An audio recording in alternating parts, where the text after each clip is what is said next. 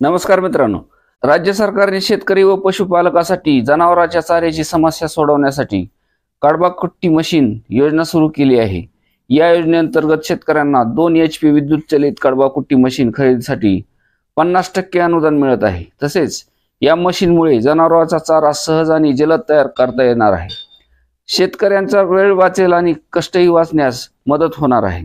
या योजनेचा मुख्य उद्देश शेतकऱ्यांना हाताने चारा कापण्याचे म्हणजेच कुऱ्हाडीने अथवा सतुराने हा चारा कापण्याचा त्रास हा कमी होणार आहे.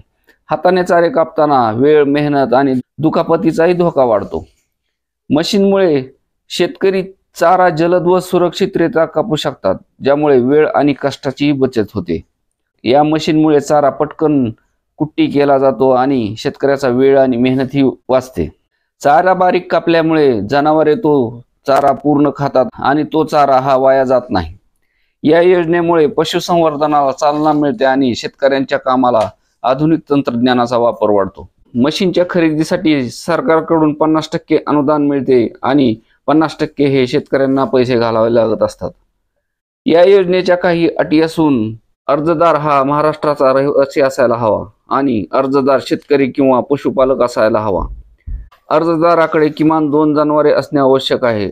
अर्जदाराचे वार्षिक उत्पन्न 2 लाखाच्या आत असायला हवे. अर्जदाराचे बँक खाते हे आधारशी लिंक असणे बंधनकारक असणार आहे. मुंबई आणि मुंबई उपनगरातील अर्जदारांना या योजनेचा लाभ मिळणार नाही. पूर्वी या योजनेतून अनुदान घेतलेले नसावे किंवा कडबा कुट्टीच्या बाबतीत अनुदान घेतलेले नसावे.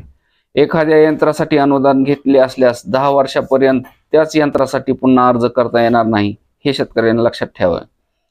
योजनेत प्रथम येणाऱ्यास प्रथम प्राधान्य या पद्धतीने निवड केली जाणार असून त्यासाठी कागदपत्रे जी लागणार आहेत ते म्हणजे शेतकरी ओळखपत्र, आधार कार्ड प्रत, आधार लिंक असलेले बँक पासची झेरॉक्स, यंत्राचे कोटेशन, मोबाईल नंबर, ईमेल व सक्षम प्राधिकरणाने दिले उत्पन्नाचे प्रमाणपत्र इत्यादी कागदपत्र हे अपलोड करावे लागणार आहेत. अनुदानाचा लाभ घेण्यासाठी शेतकरी कृषी विभागाच्या कार्यालयात जाऊन किंवा महाडीबीटी फार्मर या अधिकृत पोर्टलवर ऑनलाईन अर्ज करू शकतात. अर्ज भरताना सर्व माहिती अचूकपणे भरणे आवश्यक आहे. अर्जासोबत सर्व आवश्यक कागदपत्रे जोडावी लागणार आहेत. अर्ज सादर केल्यानंतर कृषी विभागाचे अधिकारी त्याची पडताळणी करणार आहेत आणि पडताळणी पूर्ण झाल्यावर अनुदान थेट शेतकऱ्याच्या बँक खात्यात जमा केले जाणार आहे. धन्यवाद.